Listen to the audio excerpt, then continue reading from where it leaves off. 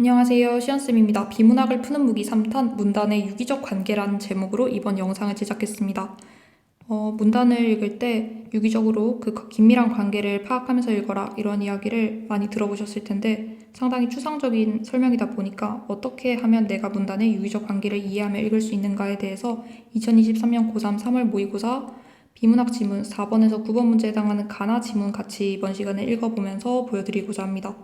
국어라는 과목이 암기 과목이 아니기 때문에 결국에 이 영상도 직접 자신의 손으로 문단별 요약 정리 적어보고 밑줄 치면서 내용을 정리해본 경험 없이 영상을 보는 것만으로 학습 효과가 크지 않다.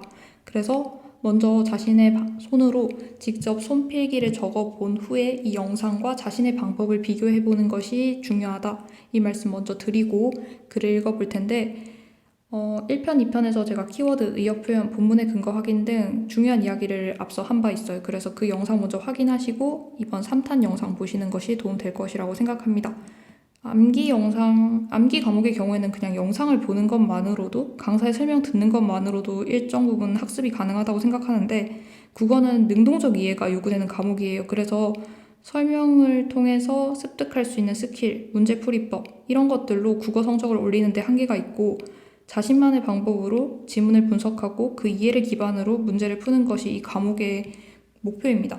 그래서 스킬이라던가 방법론에 치중하면 그 틀을, 내가 배운 틀을 어떻게 이용하지? 이 생각에 매몰될 수가 있고 이 글은 무슨 내용일까라는 생각에 제대로 하지 못해요. 그래서 이 글은 무슨 내용일까? 다음 문단에서 무슨 내용이 나올까? 이런 것들을 생각하면서 읽는 친구와 내가 배운 방법론을 이 글에 어떻게 잘 적용하지를 고민하는 친구는 글을 읽는 속도라던가 그 이해도의 면에서도 차이가 있다고 생각합니다.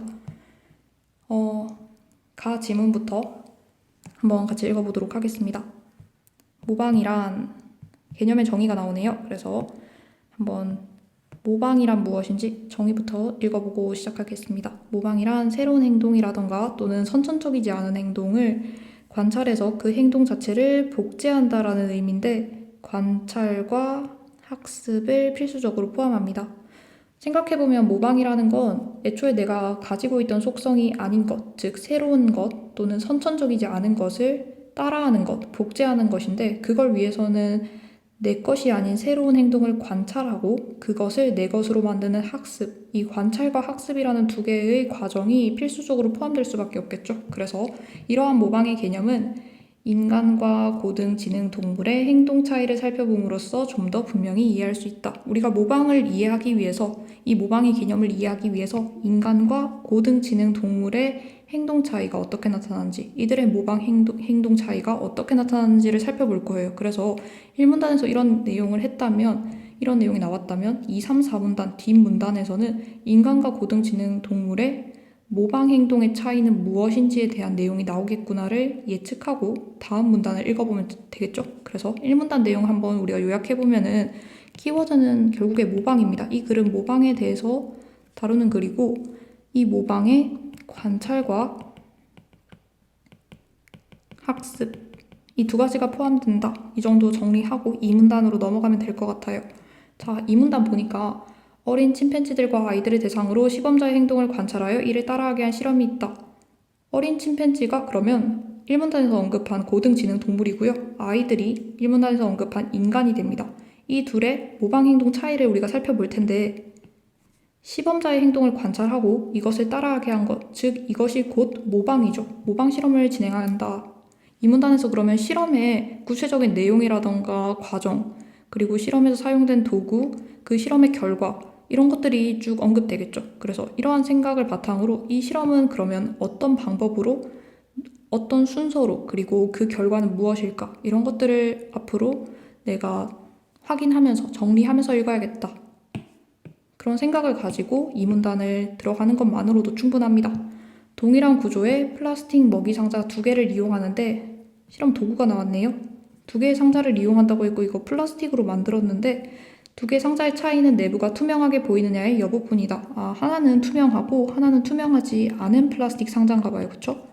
그래서 각 상자의 위와 아래는 칸막이로 막혀 있다. 상자가 있는데 위랑 아래가 이렇게 막혀 있대요. 그리고 각 상자 아래 칸에는 먹이와 먹이를 빼낼 수 있는 문이 있고 여기 이제 문이 있어서 먹이를 이렇게 빼낼 수 있어요, 밑에서. 그리고 윗칸에는 구멍만 뚫려 있다. 윗칸에는 이렇게 구멍이 뚫려 있다고 합니다. 어린 침팬지들과 아이들은 상자 위를 막대로 툭툭 친 다음에 이 위를 이렇게 막대로 툭툭 치고 구멍에 막대를 한 번 집어넣는 시범자를 관찰한다. 여기다가 이제 막대기를 넣었다는 거죠, 구멍으로. 이어서 아래 칸의 문을 열고 막대기를 이용해서 먹이를 빼내는 시범자의 행동을 관찰한다. 시범자의 행동이 지금 두 가지가 나왔어요. 첫 번째는 뭐냐면은 상자 위를 막대기로 툭툭 치고 그 구멍에 막대기를 한번 집어넣었고요. 이어서 한 행동이 아래 칸의 문을 열고 막대기를 이용해서 먹이를 빼냈습니다. 이것이 고등지능 동물인 침팬지 그리고 인간인 아이들이 관찰한 시범자의 행동, 연쇄적인 하나, 두 가지 행동을 우리가 요 표시를 통해서 한번 정리해봤고요. 어린 침팬지들은 불투명 상자의 경우에는 시범을 잘 따라한 반면 투명 상자의 경우 그렇지 않았다. 실험 결과가 나오네요. 어린 침팬지는 불투명 상자일 때만 잘 따라했대요. 그쵸? 그럼 인간은 또 달랐겠죠? 먹이를 얻으려면 아래 칸만 필요하다는 것을 아는 듯이 맞아요. 먹이를 꺼내는 데는 요 위에 구멍에 뭐 막대기를 넣거나 윗칸을 막대로 툭툭 치거나 이런 것들은 불필요한 행동이죠. 이런 것들을 알아서 제거한 뒤 밑에서 그냥 먹이만 꺼냈다는 거네요. 불필요한 행동을 알아서 제거한 뒤 먹이를 획득했다. 그러니까 상자가 불투명할 때 침팬지들은 모든 행동, 1번 행동, 2번 행동 모두 따라 했는데 상자가 투명할 때는 그렇지 않고 2번 행동만 따라 했다라고 정리해 볼 수 있을 것 같아요. 구멍에 막대기를 넣거나 때리는 건 1번 행동이었고요. 2번 행동은 아래 칸의 문을 열고 막대기를 이용해서 먹이를 빼내는 행동이었죠. 자, 근데 아이들은 어땠는지 한번 볼게요. 아이들은 상자가 불투명하든 투명하든 시범자의 행동을 다 따라했다. 그러면 아이들은 상자의 투명, 불투명 여부와 관계없이 무조건 따라함이라고 적어볼 수 있겠네요. 자, 이 문단 내용 모두 읽었고 우리가 내용에 포괄할 수 있는 어떤 키워드를 지문에서 찾아도 좋지만 그런 키워드가 없다면 나만의 키워드로 내용을 정리하면 됩니다. 저는 실험 방법 그리고 그 실험 결과 이 문단에서는 구체적인 어떤 모방 실험, 침팬지와 아이들이 참여한 실험이 어떤 순서로 이루어졌는지, 실험의 도구는 무엇이었고, 그들에게 보여준 행동, 연쇄적인 1번과 2번 행동은 무엇이었는지, 그리고 그 결과 어린 침팬지와 아이들의 행동에서 어떤 차이가 있었는지 실험 방법과 결과에 대해서 이야기하고 있습니다. 이 실험 바로 모방 실험이죠. 자, 3번 문단 한번 읽어볼게요. 그러면 우리 이제 2번 문단에서 실험 결과까지 읽었으니까 이것이 시사하는 바, 이것을 통해서 우리가 알 수 있는 모방의 개념이란 무엇인지, 실험 결과를 통해서 궁극적으로 우리가 깨달은 점이 무엇인지 3문단에서 나오겠구나, 이걸 예측하면서 읽으면 됩니다. 어린 침팬지들과 아이들의 이러한 차이를 신경과학 차원의 거울 뉴런을 통해 설명할 수 있다. 거울 뉴런이 뭘까? 바로 여기 새로운 개념이 등장하니까 바로 개념이 정리가 되죠. 거울 뉴런은 신경세포의 일종입니다. 그래서 다른 행위자의 행동을 관찰하기만 해도 자신이 그 행동을 직접 할 때와 동일한 활성화를 보인다고 합니다. 그냥 관찰만 해도 직접 할 때와 동일한 활성화를 보이는 걸 보고 바로 우리가 거울 뉴런이라고 합니다. 실험에 따르면 행동에 대한 관찰을 포함하지 않은 행동의 실행, 그리고 모방 이 세 가지에서 거울 뉴런의 활성화 정도가 상이하다. 거울 뉴런은 행동에 대한 관찰보다 관찰을 포함하지 않은 행동의 실행에서 더 많은 활성화가 일어났고 모방에서 가장 높은 활성화를 보였다. 거울 뉴런의 활성화 정도를 비교해 보겠습니다. 부등으로 표현하면 이렇게 표현이 될 거고요. 행동에 대한 관찰이 제일 작았고 관찰을 포함하지 않은 행동의 실행이 그 다음 모방이 제일 컸다라고 하니까 소중대 이렇게 표시해도 되겠죠. 자, 그래서 또 다음으로 상대방의 행동 목표가 분명하다고 판단될 때는 거울 뉴런의 활성화가 영장류 모두에게서 일어난다. 반면 목표 관찰이 어려운 상황에서는 인간을 제외한 영장류의 거울 뉴런은 거의 활성화되지 않았다. 목표가 분명할 때와 목표 관찰이 어려울 때 그 활성화 정도가 또 다르네요. 첫 번째, 목표가 분명하게 관찰이 될 때, 그리고 두 번째는 목표 관찰이 어려운 상황. 자, 그래서 목표가 분명하게 드러날 때는 인간이든 고등지능 동물이든 모두 활성화가 잘 일어난다라고 그래서 이야기를 했고요.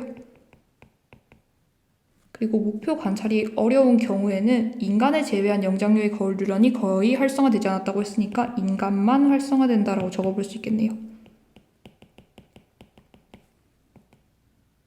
그래서 투명 상자의 윗칸과 관련된 행동의 목표를 관찰하지 못해서 투명 상자의 윗칸과 관련된 행동이 지금 무엇이냐면 목표 관찰이 어려운 거예요. 이거는 아래 칸에서 먹이를 꺼내는 거는 이것의 목표가 무엇인지, 먹이를 꺼내는 것이 아래 칸과 관련된 행동의 목적이구나, 목표구나, 눈으로 파악하고 머리로 이해할 수 있는데 윗칸의 상자를 뭔가 두드리거나 그 구멍으로 막대기를 넣는 윗칸과 관련된 행동이 바로 목표 관찰이 어려운 상황이었고, 이 경우에는 해당 행동을 따라하지 않는다라고 설명할 수 있습니다. 누가? 고등지능 동물이었던 침팬지가. 인간의 거울 뉴런은 행동 목표 외에도 행동이 실행되는 방식, 의도에서 모두 정교하게 활성화될 수 있습니다. 반면 인간의 거울 뉴런은 행동이 실행되는 방식이나 의도 모두에서 정교하게 활성화된다. 이것이 목표 관찰이 어려운 상황에서도 인간만이 거울 뉴런이 제대로 활성화되는 원인, 이유, 근거라고 볼 수 있겠네요. 그래서 3번 문단의 내용 모두 읽어봤는데 3번 문단의 내용을 한번 요약 정리를 해보면 거울 뉴런의 개념이 나왔고요. 거울 뉴런의 활성화를 우리가 비교했습니다. 일단 이렇게 행동에 대한 관찰을 포함하지 않은 행동의 실행, 모방 이렇게 세 가지 경우에서 활성화 정도가 다르다. 소, 중, 대로 비교해봤고 행동의 목표가 분명할 때와 관찰이 어려운 상황에서 각각 거울 뉴런의 활성화가 인간과 인간이 아닌 영장류에서 어떤 차이를 보이는지 내용을 정리해 볼 수 있어요. 그래서 3문단은 크게 전반부와 후반부 내용이 조금 차이가 있습니다. 자, 그래서 3문단까지 읽었고 마지막 4문단 읽어볼게요.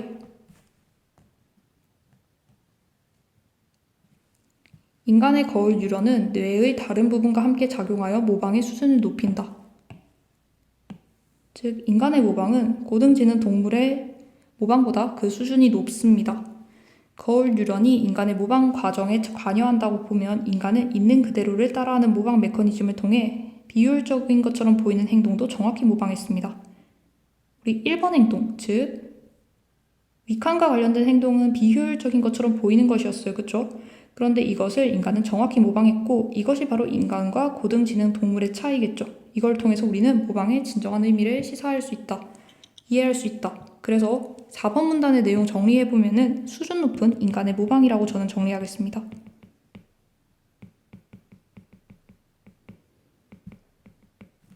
문단을 각각 정리했고 이 문단을 유기적으로 이해해서 다음과 같이 요약할 수 있겠네요. 잠시 화면을 멈추고 관련 설명을 읽으신 다음에 나 지문을 함께 읽으면 더 좋을 것 같아요.